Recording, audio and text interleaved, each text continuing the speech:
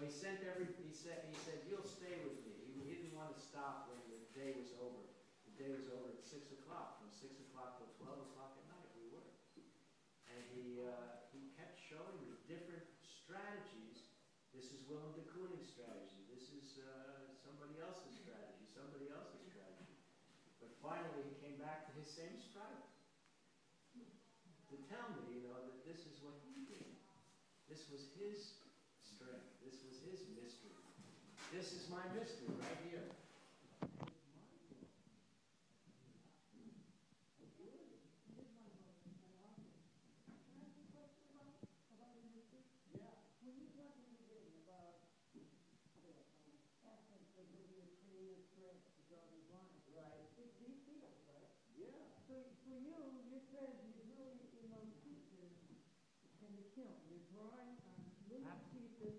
Absolutely. This is my strategy. I have another strategy that comes to you, and that you all can be my helpers. Whoever heard of the history of art? You are unskilled workers, but by the end of the day, you become skilled. Now, it's quite possible that by the end of the day, we will have finished this to the point where you were in the other one. And you became very skilled. I watched it happen. In the beginning, I want to throw up. There's so much glue all over the place. It's absolutely, you know, like, oh, do I have to go through this again? By the end of the day, I see that your focus is into it, and you're getting things on the surface. That, I mean, it was wild. It was wild to see. So, go ahead. But when we do it on our own in the future, we now know your technique for buying the tiles and for preparing the tiles.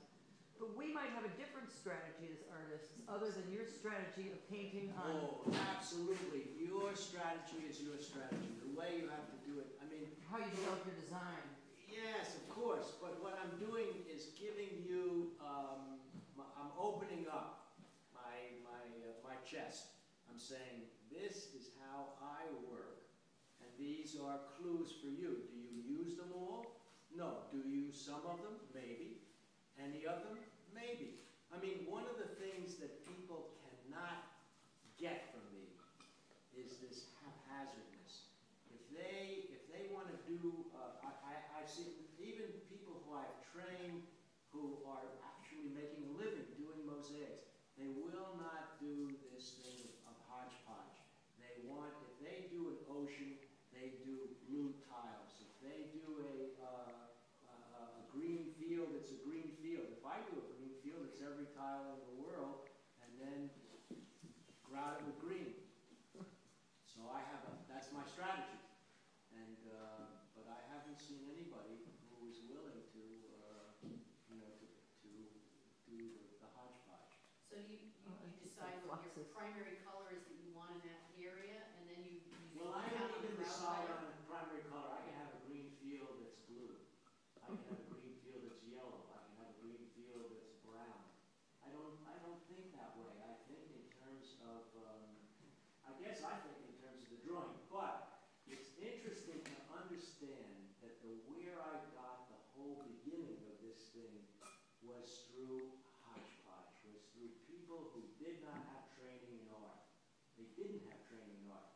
What they had was materials. And what they developed from that was what we call training in art. You all know about design, but it's somebody else's design. It's not your design, it's somebody else's design. They've given you that. So what you have to do is start out with something, and then find your own design sense, find your own design way, find your own way with materials. You're probably not going to get the same materials that I get. So I think that now what we have to do is go to Watkins Street and begin the next process and see how long we can work out there before it gets impossible. Yeah. So one thing that I wanted to add, that I experienced yesterday, and I don't know if you others did. In the morning, we were 22 separate people that each had our own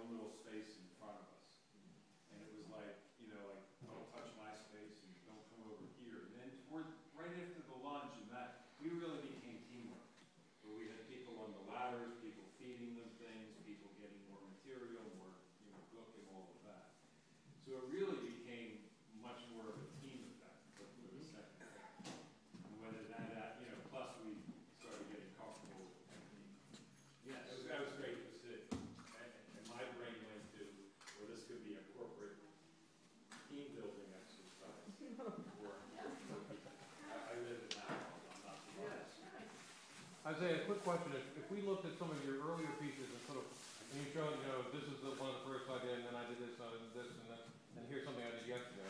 Would we see a progression of your strategy through those pieces? Yes, absolutely. Where's your earlier stuff that if we want to go? Well, I'm not telling you that.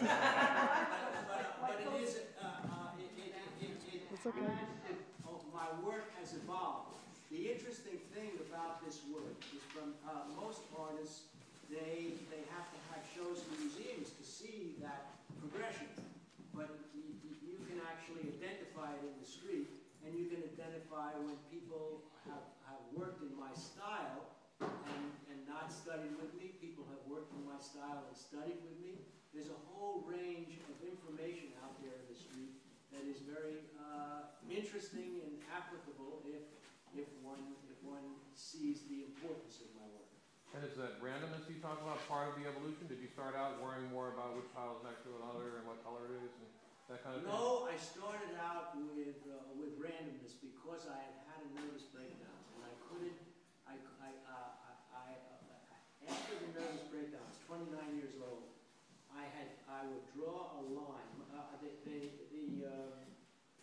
My therapist said, "You got to work." So I draw a line, and then I look at that line for an hour. I had no sense of what goes next or why it should go next. So then materials came into the picture, and I had no compunction about putting one thing next to another. I just had to work all day to get myself tired out enough to go to sleep. And that work all day led into, it took years before I finally decided, you know what, with all this randomness, I can actually make circles. Circles became a key. Mandala, boom, a circle. I can draw a line and fill in the circle. Then I can draw another circle and another circle. And then one day I was lying on my couch, and I was reading the I was reading Time magazine, and a little article about this big. This is very applicable to your religion. The Islamic design. It said, Islamic design, the ribbon of eternity. The ribbon of eternity. And suddenly it's like, oh, that's interesting, ribbon of eternity. And I'm lying there, and I finally fall asleep. And my little son, my young son, who's about this big at the time, he's 7 years old, he comes in and he throws these leaves of paper on my body. He said, "Here, this is my homework for the week." And I start looking at this stuff, and it's all about China. They're studying China. And it's all about dragons and the wind and that ribbon of eternity. So from the circles, I started doing the ribbon of eternity. Finally, it read back into this, which is more interesting to me than the ribbon of eternity. It's the human being. Us, and our interrelationship, our mysterious involvement with each other, and if I'm lucky enough, I get some kind of interior stuff going on. I don't know if I do, but that's the desire, not the actual attempt. No, it's just the desire. Hopefully, I get some interior stuff going on that relates to our world of interior